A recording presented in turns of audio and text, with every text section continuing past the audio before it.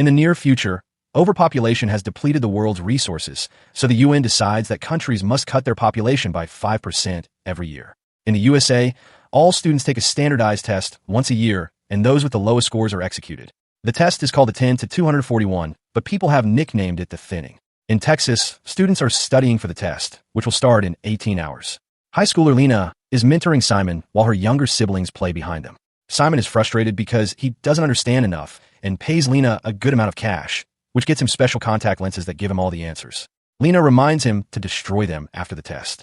At that moment, she receives a call from the hospital saying that her mother is trying to get discharged against medical advice. Lena asks the doctor to buy time and rushes to the hospital with her siblings, where her mother has already signed all the discharge paperwork. The doctor pulls Lena aside and turns down her money, revealing her mom has gotten worse and no treatment will help her now. In the evening, with only 12 hours left for the exam, the governor's son Blake tells his bodyguards he's going to the kitchen for a bite, but he actually sneaks out of the mansion and gets in his car to meet his girlfriend Ellie. The mood gets awkward when they remember they may die in the morning, so they decide to distract themselves. They sneak into another mansion and use the pool for a while. Afterward, they return to the car to make out, but Ellie can't get in the mood because she's scared of the test. They're suddenly interrupted by a bodyguard, who drags Blake back to his house.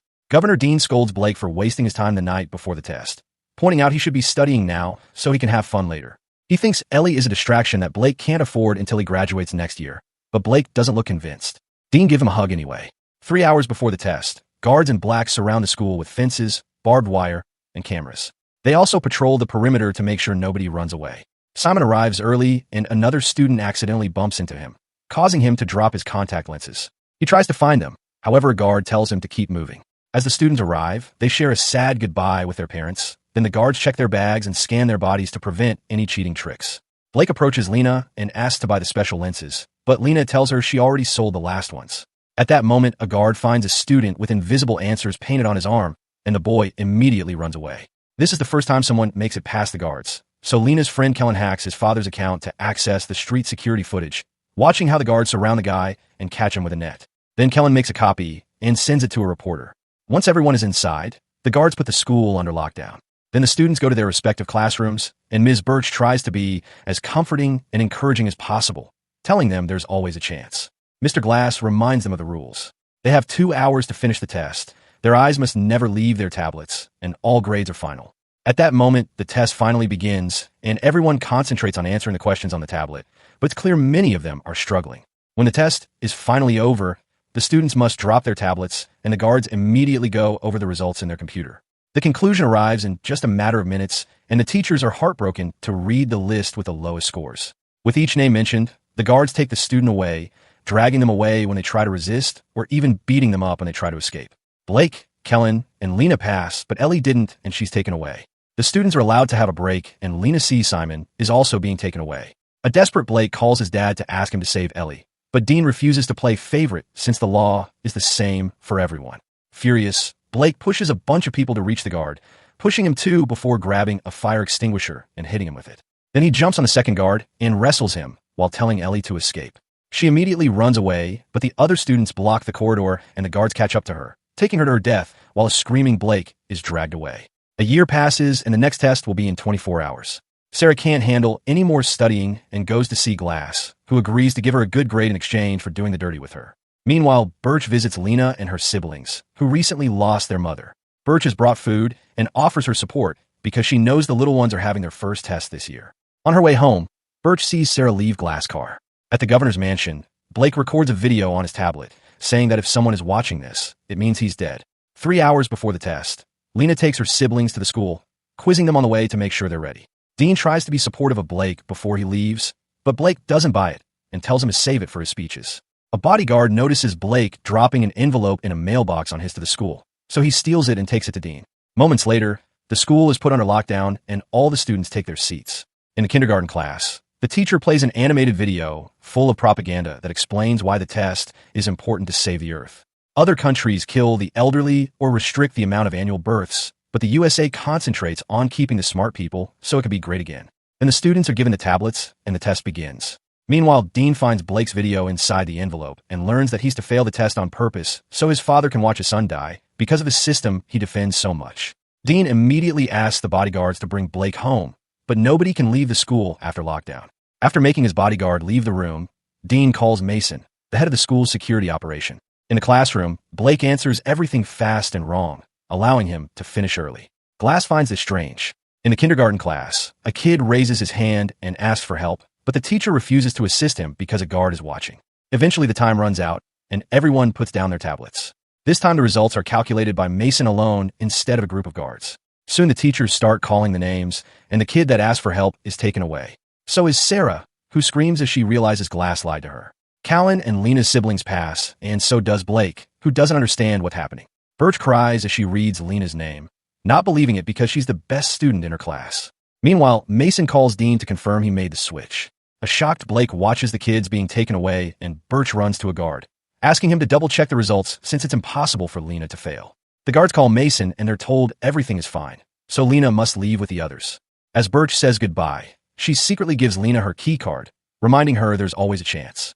Afterward, the school throws a party for the people who passed, and Birch notices Glass flirting with another student. At the same time, Dean is on a public event, and his speech is played at the party. The whole crowd is cheering for him as he mentions all the things he's improved in the state and comments on how decisions are had to make, but also necessary. He thinks the thinning isn't barbaric. Instead, he calls it innovation. Dean also announces his candidacy for president, and a disgusted Blake leaves the party. In a private hallway, the failed kids are told to take off their clothes for decontamination and hit when they don't obey. Lena puts the key card in her mouth to keep it hidden. Then they're given prison-like clothes and taken to another room where they're handcuffed to the chairs. Nearby, Blake reaches the corridor and pretends to feel very sick. When a guard checks on him, Blake jumps on the man and knocks him out with his own weapon. At the same time, Kellen gets into his father's account again and watches the failed students on the security camera, but it's too painful and looks away. After hiding the unconscious body, Blake waits for Mason to leave the control room, and he sneaks inside. He tries to use the computer, but it asks for a password. As the guards get ready to inject the students, Blake shuts down the power in the whole building by messing with the power box, while Mason finds the unconscious guard. The electronic handcuffs begin to fail, and the students try to escape, letting chaos take over the room. As the guards and the students fight, Lena uses the chance to escape by using Birch's key card on the door. Soon Mason returns to the control room, but Blake is already hiding in the vents. Mason sees the system is down and tells the guards to bring Kellen's dad to fix it. At the party, the guards inform everyone that it's just a regular power outage and take Kellen's dad to the control room. While the man works, Mason goes to check on the students, who have been handcuffed again. Mason reminds the guards to make a head count, and they notice someone is missing. In the corridor, Ellie almost bumps into a guard, but she hides among the lockers just in time. Then she tries opening another door with the key card. However, it's stuck. At that moment, the guard finds her, so Ellie uses the darkness to pretend she's Birch. As soon as the guard turns around, Ellie jumps on him and tries to fight him, but the guard overpowers her and starts kicking her. Suddenly, Blake shows up and takes over the fight, using the element of surprise to knock the guard out.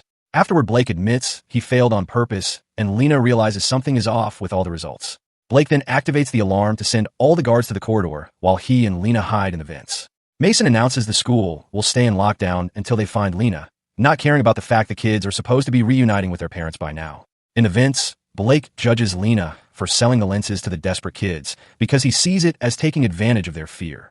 Lena has to explain she only did it to pay for her mother's treatments, and Blake immediately apologizes. She also admits that she used to have a crush on Blake.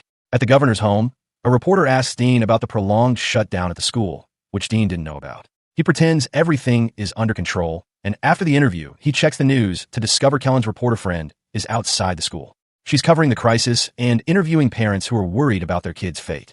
Meanwhile, Mason makes all the teachers prove they still have their key cards. When he's about to check Birch, he's interrupted by a call from Dean, who furiously yells at him to solve the problem quickly. Back to Blake and Lena, they continue to move through the vents when suddenly the surface breaks and Blake falls through, landing in the pool. Lena immediately jumps in and swims quickly to rescue Blake, who is unconscious. Fortunately, Lena knows CPR and manages to wake him up. Then they head to the lockers and turn around while they change into dry clothes. Lena finds another vent so they can keep going. At the party, some students try to leave only for the guards to beat them up, so Kellen starts recording and sends it to the reporter. Minutes later, Lena and Blake reach the corridor outside the server room, and the key card falls from Lena's pocket. The guards hear a noise, so Blake immediately covers Lena's mouth, and they wait for the man to pass by. Thankfully, because of the darkness, they don't see the key. Next, the duo goes to the science classroom, and this time a noise they make as they descend is definitely heard by a guard. Putting a few objects together, Lena makes a magnet rod to fish for the key. At that moment, the guard arrive and starts pounding on the locked door, so Blake sends Lena back into the vents while he stays as a distraction. Blake tries hiding behind the desks, but the guard bursts in and quickly finds him. Soon only one of them is unconscious on the ground. In a vent, Lena waits for the guards to move and lowers the magnet. She manages to catch the key and raises it, only for a guard to suddenly grab it. However, he also lets go of it, and Lena realizes this is Blake, who stole the uniform from the guard he knocked out. Meanwhile, the guard from the previous fight tells Simon there are 2 teenagers on the loose, and one of them used the name Birch. In another room, the teachers are still waiting. Birch pretends to flirt with Glass and steals his keycard. When Mason comes to check on her, Birch presents Glass' keycard as her own. The guards notice Glass is missing his key, and he gets detained while the other teachers are finally allowed to leave. Mason starts beating Glass up as he asks where to find the escaping teens. Back to Lena, she takes the vents to the server room and tries using the computer, but the test program asks for Mason's password. She sends a message to Kellen, asking for help. At that moment, Kellen's dad finishes his repairs, and the power comes back. Kellen gets Wi-Fi and receives Lena's message, so he replies with a video of Mason using his password earlier. Lena copies it and accesses the test system, first checking on her siblings to confirm they passed. Then she checks her own results and sees she got 98%, but still failed while Blake passed with 15%. The same happened with Ellie, who failed with a score of 88%. It seems Dean has been messing with the test results for a while. Speaking of Dean, he appears on a press conference and claims that Lena killed 2 guards after failing the test, but the guards are working hard to keep everyone safe. At the same time, Kellen sends his reporter friend the video of the guard beating up the students that tried to leave, which immediately gets played on national TV. Lena guesses this is Kellen's doing and sends him some screenshots of the manipulated test results. Sadly, Mason finally sees her on the security cameras and raises the alarm, so she starts running. Mason and his guards quickly surround her, and she tries to say she is proof she actually passed, but she gets arrested anyway. Meanwhile, Blake finds the room with the students and pretends he has orders to move them. The other guards find it strange since they weren't informed, so Blake has no choice but to trigger a fight. He barely manages to throw some punches before the guards surround him and overpower him too. At the party, Kellen receives the screenshots, and he sends them to the reporter, who immediately appears live on TV to announce her discovery. She comments on how suspicious it is that a politician's son got a benefit from this, and at the mansion, Dean's team panics. They think he should shut the mission down and let Lena go, but Dean says he has one final move. Soon Lena is handcuffed with the rest of the failed kids, and the guards get the injections ready. Mason calls Dean to ask for authorization to proceed, but Dean stops him, saying that the list needs to be revised. The students that actually passed the exams are released, and Lena runs to kiss Blake, who is tied up. Some guards drag her away while others go to the party to bring the students that actually failed the exam. This includes Blake, who is also handcuffed with the others. One by one, the students get a mysterious injection and they pass out. Now the school is finally opened and the parents reunite with their children. Lena runs to meet with her siblings, who have been watched over by the teacher. The parents that don't get their kids back have a breakdown on the spot. Soon Dean appears on TV again and pretends Mason was behind everything. He puts up a sad act about his love for his dead son, still clarifying not even him is above the law. Sometime later, a truck arrives at an illegal tech factory. To Blake's shock, he wakes up alive and well because the injection had only been a sedative. The other students are also alive, and when they look around, they discover failed students from previous years working at the factory. Blake gets another shock when he sees a very alive Ellie. Make sure to subscribe and turn on notifications so you can watch more videos like this. Thanks for watching.